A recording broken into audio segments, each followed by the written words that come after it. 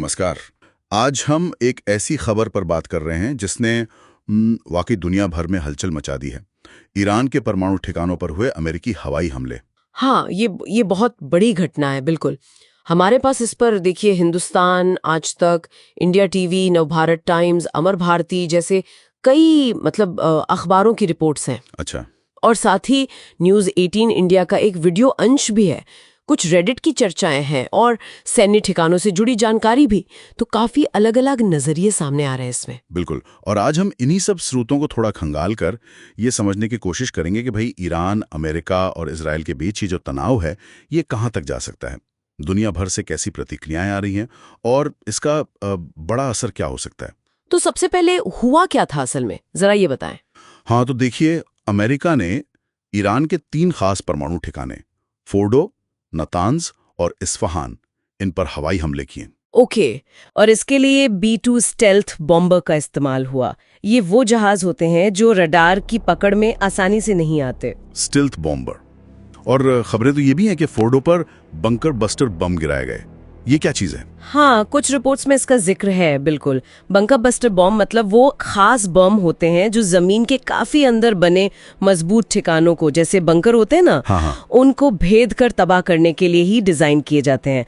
और नतांज और इस्फहान पर टोमाहॉक मिसाइलें इस्तेमाल होने की भी बात सामने आई है। समझ गया।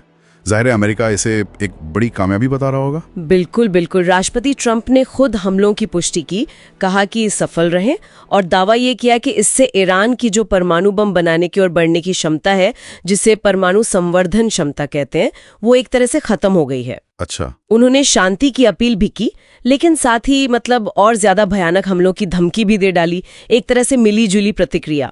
लेकिन ईरान क्या कह रहा है? क्या वो मान रहे हैं कि उनकी क्षमता खत्म हो गई? नहीं, ईरान ने हमलों की बात तो मानी है, लेकिन उनका कहना है कि फोर्डो जैसे उनके जो जमीन के नीचे बने ठिकाने हैं, अंडरग्राउंड फैसिलिटीज, उनको कोई बड़ा नुकसान नहीं हुआ है। अच्छा। वो कह रहे हैं कि उनका परमाणु ज्ञान, जो नो हाउ है, वो सुरक्षित है और काम जारी रहेगा। तो दोनों तरफ से दावे बिल्कुल अलग अलग हैं। और ईरान की तरफ से प्रतिक्रिया तो काफी तीखी आई है। मैंने कहीं पढ़ा कि एक सांसद ने ताबूतों की बात कर दी। हाँ, वो एक ईरानी सांसद है, कासिम रवा बख्श। उनका एक कथित बयान आया है कि ट्रंप को अमेरिकी सैनिकों के लिए ताबूत बनवाना शुरू कर देना चाहिए। काफी सख्त बयान है ये। बाप रे। और तो और ईरान के जो सर्वोच्च नेता हैं, अयातुल्ला अली खामेनी, उन्होंने तो सीधी चेतावनी दी है कि अमेरिकियों को पहले से ज्यादा नुकसान और हमले झेलने के लिए तैयार रहना चाहिए। हमेशा बने रहने वाले नतीजे होंगे। और ईरान की जो शक्तिशाली फोर्स है, IRGC यानी इस्लामिक रेवोल्यूशनरी गार्ड कॉर्प्स, उन्होंने भी अफसोसनाक जवाब देने की बात कही है। तो माहौल तो काफी गर्म है। दूसरी तरफ इजराइल, वो तो खुश हो गए इन हमलों से। हाँ, जाहिर है। प्रधानमंत्री नेतन्याहू ने तो खुलकर अमेरिका की तारीफ की है, इसे बहादुरी भरा और ऐतिहासिक कदम बताया। अच्छा। उन्होंने ये भी कहा कि ताकत से ही शांति आती है और ट्रंप का शुक्रिया अदा किया। तो ये अमेरिका इजराइल की जो करीबी है उसको और मजबूत करता दिखता है। लेकिन बाकी दुनिया में तो चिंता बढ़ गई होगी। संयुक्त राष्ट्र UN का क्या कहना है इस पर? हाँ, चिंता तो है, बिल्कुल है। संयुक्त राष्ट्र के जो महासचिव हैं, एंटोनियो गुटेरेस, उन्होंने गहरी चिंता जताई है। UN सिक्योरिटी काउंसिल की इमरजेंसी मीटिंग भी हुई। ओके। उसमें उन्होंने सभी पक्षों से शांति बनाए रखने की अपील की और कहा कि ये स्थिति जो है ये एक बड़े संकट की तरफ बढ़ रही है। और रूस और चीन, वो तो अमेरिका के विरोध में ही होंगे इस मामले में। हाँ, उन्होंने अमेरिकी दखलंदाजी के खिलाफ चेतावनी दी है। रूस ने तो यहाँ तक कह दिया कि अगर खामेनेई को निशाना बनाया गया या ईरान में सत्ता बदलने की कोशिश हुई तो नतीजे विनाशकारी होंगे। चीन ने भी हमलों को अंतर्राष्ट्रीय कानून का उल्लंघन बताया है। और कुछ खबरें तो ये भी इशारा कर रही हैं कि चीन शायद गुपचुप तरीके से ईरान को हथियार भेज रहा है। मुमकिन है एयर डिफेंस सिस्टम। अच्छा, एयर डिफेंस। हाँ, फ्रांस ने भी आम लोगों पर हमलों की निंदा की है और शांति की अपील की है। अब आते हैं भारत पर। भारत के लिए ये स्थिति कितनी मुश्किल है? हमारे लिए क्या चिंताएं हैं? देखिए, भारत के लिए कई चिंताएं हैं। प्रधानमंत्री मोदी ने ईरानी राष्ट्रपति से बात करके तनाव कम करने और बातचीत पर जोर दिया है। पहली बात तो चाबहार बंदरगाह प्रोजेक्ट है। हाँ, वो तो अहम है। बिल्कुल। फिर हजारों भारतीय नागरिक उस इलाके में हैं। इजराइल में करीब 18,000, ईरान में करीब 10,000। उनकी सुरक्षा का सवाल है। हमारी ऊर्जा सुरक्षा, तेल सप्लाई, उस पर असर पड़ सकता है। एक डर ये भी है कि कहीं इस स्थिति में पाकिस्तान की अहमियत और ना बढ़ जाए और भारत को अपनी जो गुटनिरपेक्षता की नीति है उसे बनाए रखने में भी मुश्किल आ सकती है। संतुलन बनाना बहुत जरूरी होगा। सही बात है। तो कुल मिला के खतरा काफी बड़ा दिख रहा है। क्या ये संघर्ष और फैल सकता है, मतलब रीजन में? इसकी आशंका तो है ही। मध्य पूर्व में अस्थिरता और बढ़ सकती है।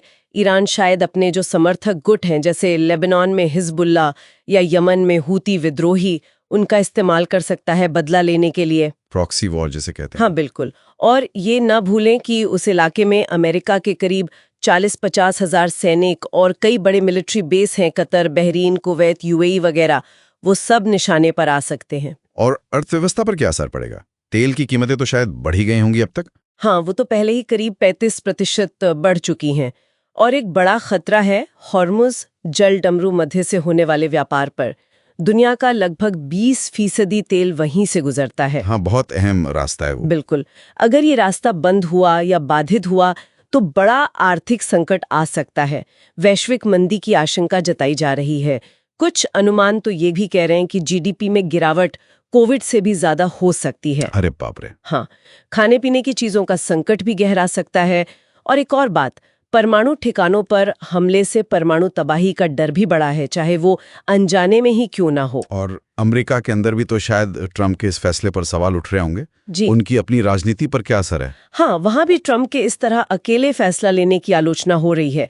कुछ नेता जैसे अलेक्जेंड्रिया ओकेसियो कॉर्टेज, उन्होंने तो महाभियोग तक की मांग कर दी है। अच्छा। सवाल ये उठ रहा है कि क्या ट्रम्प अमेरिका को एक और हमेशा के लिए युद्ध, मतलब एक एंडलेस वॉर में धकेल रहे हैं? उनकी विरासत पर भी सवाल उठ रहे हैं। कुछ लोग तो इसे तीसरे विश्व युद्ध की आहट भी मान रहे हैं। क्या वाकई ये इतना गंभीर हो सकता है? देखिए, कुछ विश्लेषणों में ये चिंता जरूर जताई गई है कि इस टकराव में वो क्षमता है कि ये तीसरे विश्व युद्ध की शुरुआत बन जाए। और अगर ऐसा हुआ तो उसकी तबाही कोविड महामारी से भी कहीं ज्यादा हो सकती है। ये डर तो है। तो सार मतलब निचोड़ ये है कि अमेरिकी हमलों ने मध्य पूर्व में तनाव को एक खतरनाक, बहुत ही खतरनाक लेवल पर पहुंचा दिया है। दुनिया बढ़ती दिख रही है, अर्थव्यवस्था पर गंभीर खतरा मंडरा रहा है और एक बड़े युद्ध की आशंका भी है। बिल्कुल सही। ईरान की जवाबी कार्रवाई की धमकियां, दूसरी तरफ इजराइल का खुला समर्थन, फिर रूस चीन की चेतावनियां, ये सब मिलकर एक बहुत ही उलझी हुई और सच कहें तो डरावनी तस्वीर बना रहे हैं। अब आगे देखने वाली बात यही होगी कि क्या डिप्लोमेसी, मतलब कूटनीति और बातचीत, इस टकराव को एक पूर्ण युद्ध में बदलने से रोक पाएगी, या फिर क्या ये सच में एक नए, ज्यादा खतरनाक वैश्विक युग की शुरुआत है, जहां पुराने नियम, पुरानी व्यवस्थाएं सब दांव पर लगी हैं। ये सवाल अब सबके मन में है।